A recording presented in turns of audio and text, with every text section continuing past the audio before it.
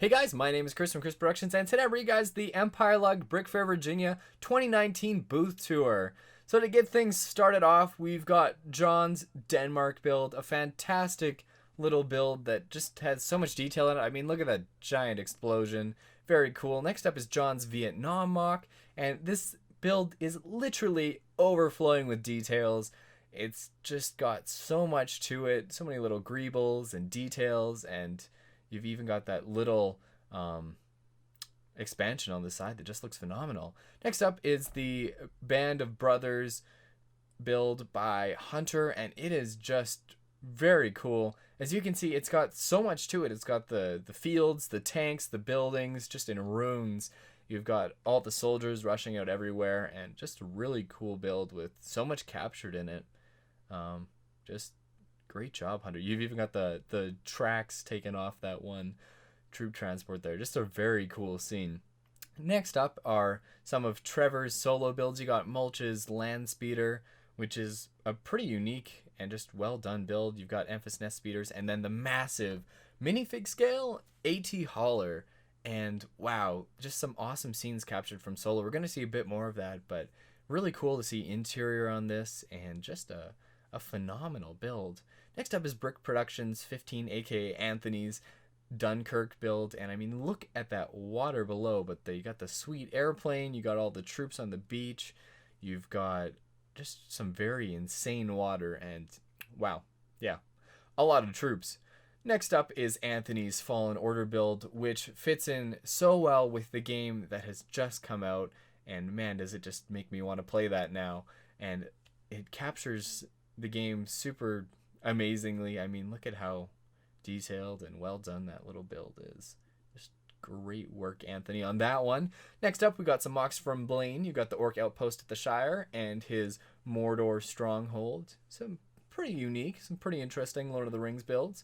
Next up is Nick and his Sorrow Sub Company build. I mean, who doesn't want to see what's inside the factories on Sullust? I think that's just a great Imperial era mock. Very cool. Next up is Loose Bricks Battle of Christophsis, and wow, does this ever capture the 2008 Clone Wars movie super well. You've got everything from the buildings being just demolished from warfare to the heavy cannons in the back, the troops rushing up in the bridge warfare.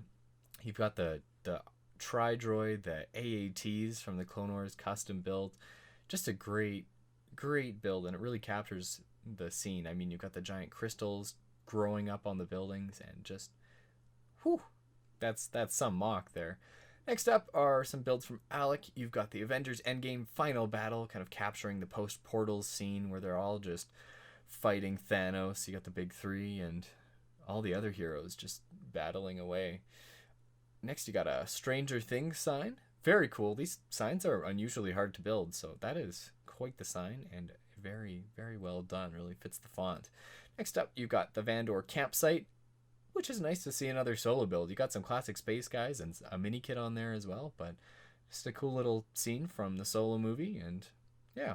Next up, you got Starkiller Base. Bit of an incursion mock here. You've got the Resistance coming in and some First Order troopers just repelling them. You've got from Garrett the Lost Shipments, a little Clone Wars build. You've got the shipments must be from the legendary MNR Productions, because I mean the crate's got his name on it literally.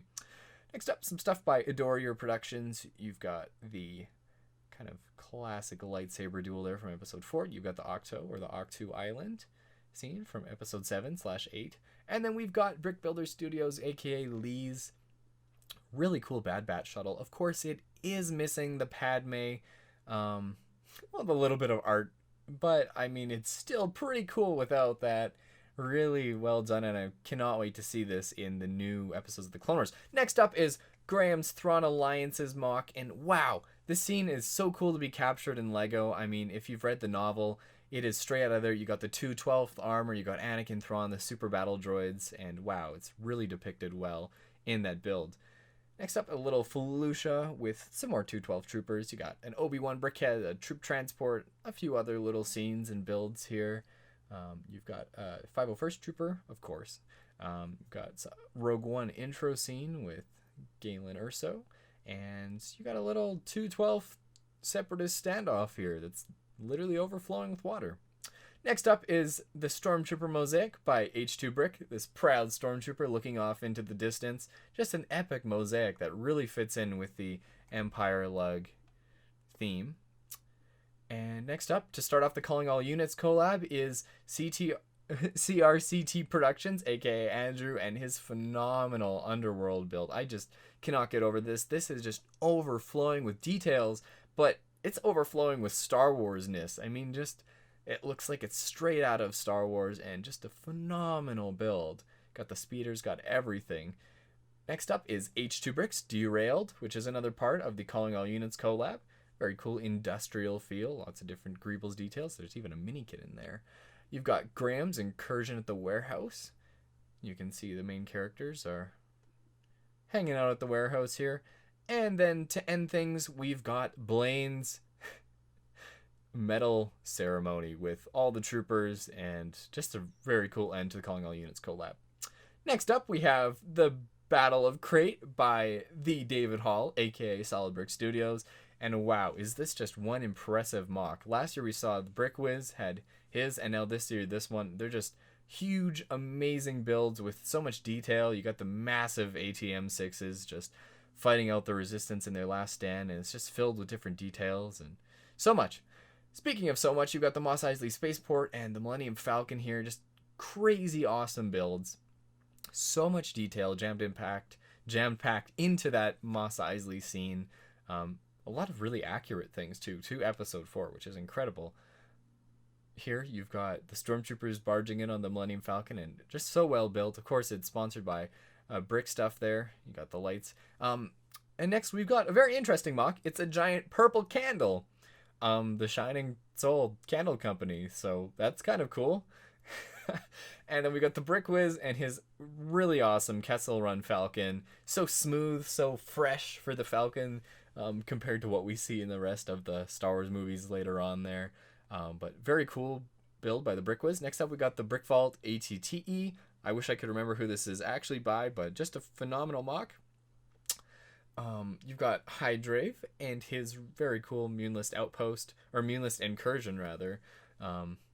Very cool scene to be captured in LEGO. You've got some Imperial artillery. You've got a few other small mocks. You've got a very cool custom gunship. Incredible job on this. And of course you have the TheBrickWiz standing next to it in LEGO form. And then to end things, we have Search and Rescue by the TheBrickWiz. One last mock. This one's a Clone Wars one, and it's got Anakin rushing in there. Just a very cool build to end off the booth tour. So thank you all for watching, and I hope you've enjoyed the Brickfair Virginia booth tour for EmpireLUG. And stay tuned, because EmpireLUG has so much more on the way, and we are very excited to show you guys what we've been working on. So we'll see you guys later.